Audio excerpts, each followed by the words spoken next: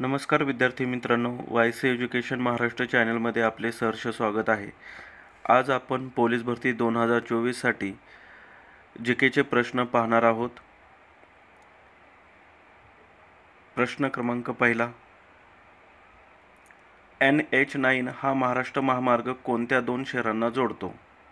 पर्याय पुणे मुंबई, पुणे बँगलोर, पुणे विजयवाडा.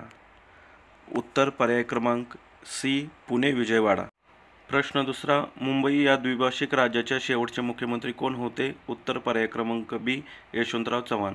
प्रश्न क्रमांक 3, फिल्म आणि दूरचित्रवाणी शिक्षण केंद्र राज्यात कोठे आहे? उत्तर पर्याय क्रमांक ए, पुणे. प्रश्न क्रमांक 4, शिवाजी विद्यापीठ कोल्हापूरची स्थापना केव्हा झाली? उत्तर पर्याय क्रमांक सी, 1962.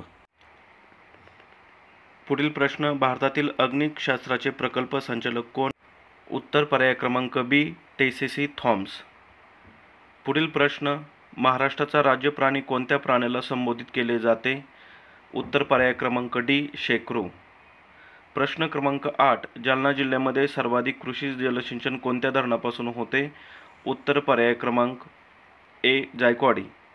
प्रश्न क्रमांक 9, खालीलपैकी कोणती नदी ही गोदावरीची उपनदी नाही? उत्तर पर्याय क्रमांक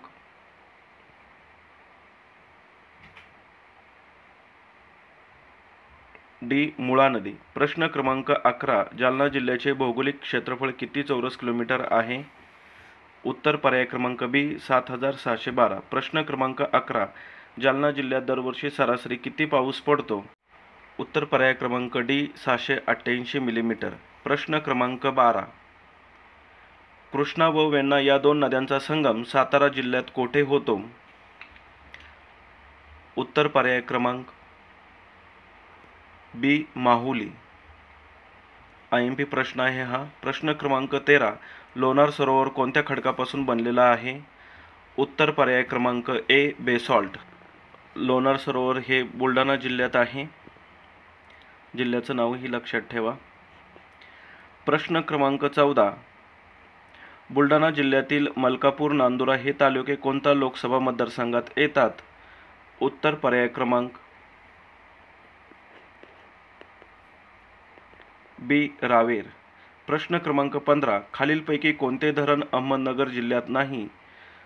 उत्तर पर्याय क्रमांक ए, जायकवाडी. प्रश्न क्रमांक 16, कोल्हापूर जिल्ह्यातील गव्यासाठी प्रसिद्ध असलेले अभयारण्य कोणते? पर्याय दाजीपूर, सागरेश्वर, तुंगाश्वर, चांदोली. उत्तर पर्याय क्रमांक ए, दाजीपूर. प्रश्न क्रमांक 17, महाराष्ट्रातील कोणता विभाग पूर्वी निजामाच्या राज्यात होता? उत्तर पर्याय क्रमांक डी, मराठवाडा. प्रश्न क्रमांक 18, मुंबई हाय हे नाव कोणत्या खनिज उत्पादनाशी निगडीत आहे? उत्तर पर्याय क्रमांक ए, पेट्रोलियम. प्रश्न क्रमांक 19, चांदोली धरण हे कोणत्या नदीवर आहे? उत्तर पर्याय क्रमांक ए, वारणा. प्रश्न क्रमांक 20, उजनी प्रकल्पाचा जास्तीत जास्त फायदा होणारा महाराष्ट्रातील खालीलपैकी जिल्हा कोणता आहे? उत्तर पर्याय क्रमांक ए, सोलापूर.